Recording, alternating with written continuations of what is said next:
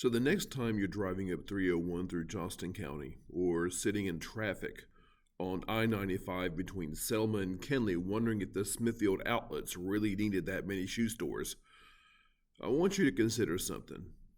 You're not really driving on a road, and this is not a conversation about metaphysics and quantum mechanics, but you're actually driving on a path.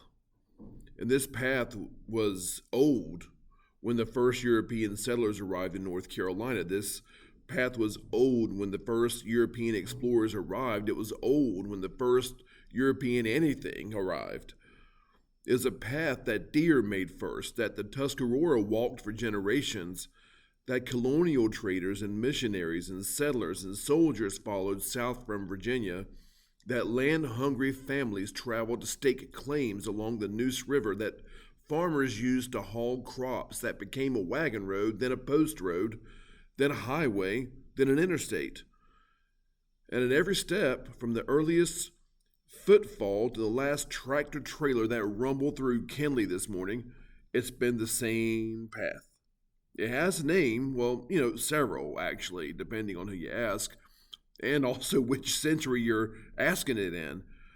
But the one that Johnston County knows it by, the one that appears in the earliest land grants describing property, is near Green's Path on the south prong of Swift Creek. It's Green's Path. And today, we're going to walk it a little bit.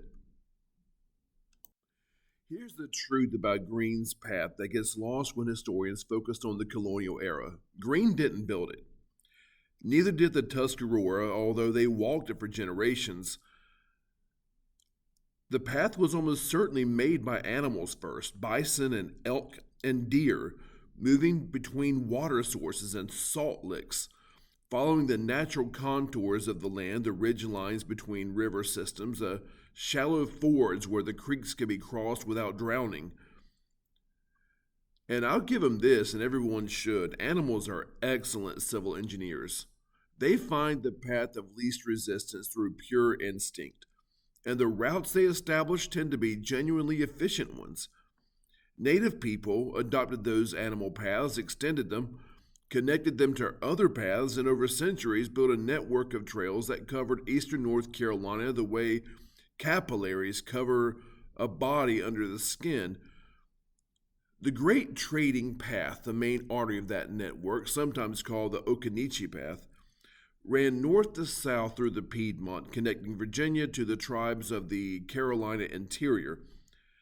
It was the highway of indigenous commerce, deer skins and wooden utensils moving one direction, shell beads and coastal salt moving the other, copper and mica coming down from the mountains. Green's Path was the eastern branch of that same system, running parallel but further east through the intercoastal plain, through the river country of the Roanoke, the Tar, and the Neuse, through what is now Johnston County, right down the corridor that 301 and I-95 occupy today. Thousands of years of feet, hooves, moccasins, packing the earth into a track that a European settler arriving in the 1740s could still read, scanning the tree line for a gap in the undergrowth, following the grade of land toward the next river crossing. So, who was Green, and why is a path used by indigenous people for centuries end up named after a single European dude? Well, the honest answer is nobody really knows. So there are two main candidates here. The first is the Reverend Roger Green of Nansemond County, Virginia, a colonial-era minister and land speculator who in 1653 petitioned the Virginia Assembly for 11,000 acres of land below the Roanoke River. Roger Green was among the first earliest documented European figures pushing south into what would become North Carolina, and Virginia journalist Park Rouse Jr.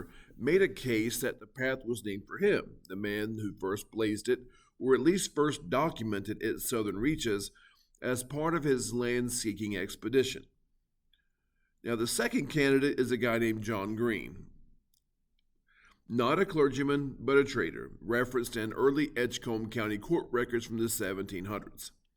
NCpedia, the state's official historical encyclopedia, favors this John Green as the namesake, suggesting the path may have been named for a trader who used it regularly, enough that his name stuck to it the way a regular at a diner eventually gets a booth named after him. The truth is, we'll probably never know for certain. The documentary record of the colonial Carolina interior in the early 1700s is paper thin.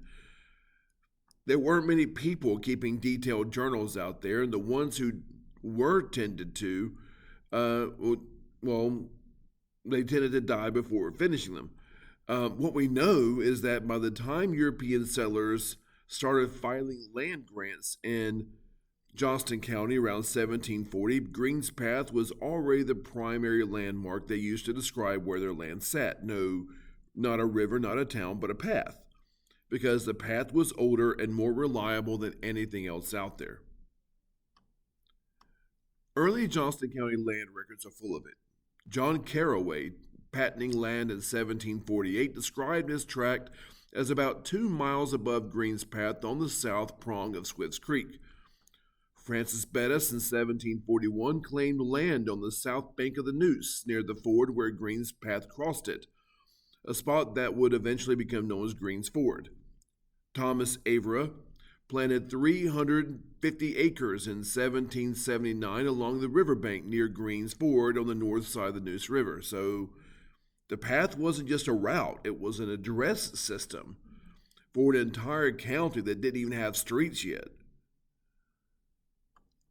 But before Johnston County farmers were filing land grants and building mills along Green's Path, something terrible happened along the broader corridor it traveled.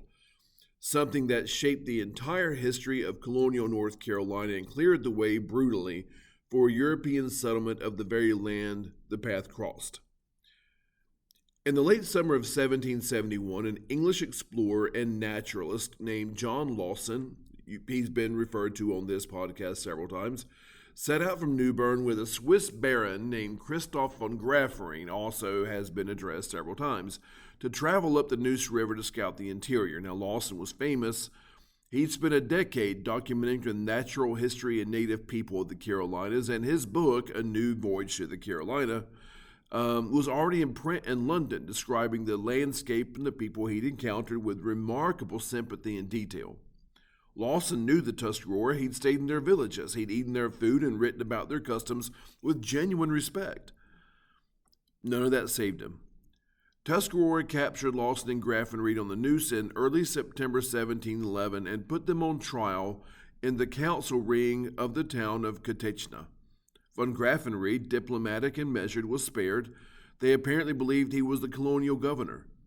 Lawson, who, according to accounts, lost his temper and argued back against his accusers, well, he was not spared and executed on September 16, 1711, the first casualty of what would become the bloodiest colonial war in North Carolina history. The Tuscarora War that followed devastated the settlements along the Neuse and the Roanoke River. The Tuscarora warriors attacked colonial farmsteads on September 22nd, killing hundreds of settlers in coordinated strikes across the region. The colony, already weakened by internal political conflict, begged South Carolina for help, and they sent like 30 white officers and about 500 Native American allies, Yamasee, Wateree, Congaree, and others, marched north under a Colonel Barnwell. Their route straight up through the Carolina interior, using the same trading path, including Green's Path, that connected the colony's scattered settlements. And that war lasted for 4 years, and when it ended in 1715, most of the Tuscarora migrated north to join the Iroquois Confederacy in New York, where they became the sixth nation of the Haudenosaunee. The land they left behind, the Neuse River Basin, the country that Green's Path traversed, was open to European settlement in a way it had never been before, and the settlers came.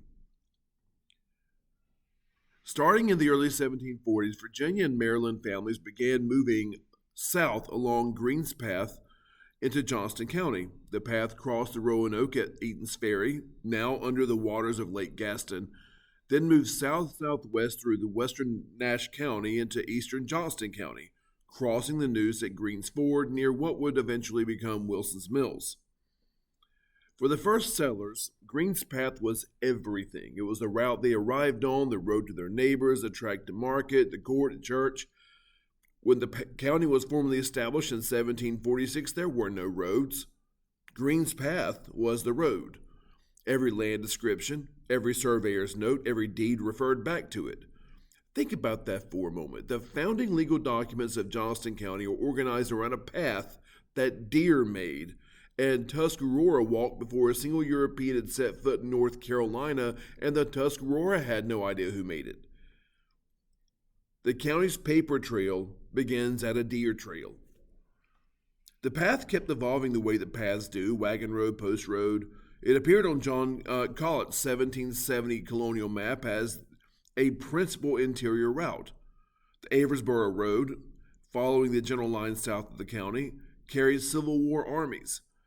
And eventually, inevitably, it became US 301, commissioned in 1932, running from Petersburg, Virginia, south through Rocky Mount, Wilson, Smithfield, Selma, and Fayetteville, the same corridor Green's Path established 2 centuries earlier.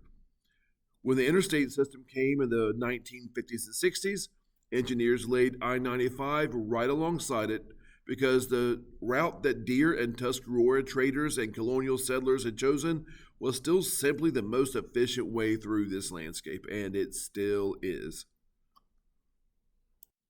So the next time you're on I-95 coming through Johnston County, merging at exit 95 in Smithfield, or pulling off at Kenly for gas at exit 107, or sitting in that inexplicable backup between Four Oaks and Selma that seems to appear on nowhere on a Tuesday afternoon, look out the window for a moment, because underneath that asphalt and the concrete and the drainage culverts and the sound walls, that path is still there.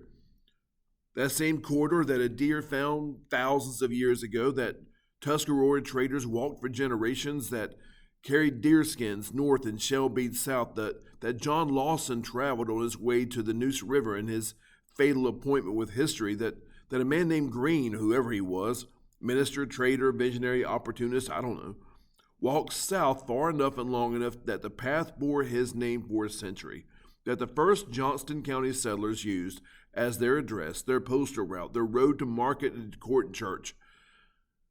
That wagon drivers and post riders and Civil War armies and US 301 motorists and 70,000 vehicles a day all follow, none of them aware that they are, in a real sense, walking the exact same footsteps that have been walked by people and animals alike for tens of thousands of years. Now, not every road in Johnston County has a story that old, but the road that's traveled most through here, it certainly does. That road was always there. We just keep building on top of it. And that is that. And y'all, good day.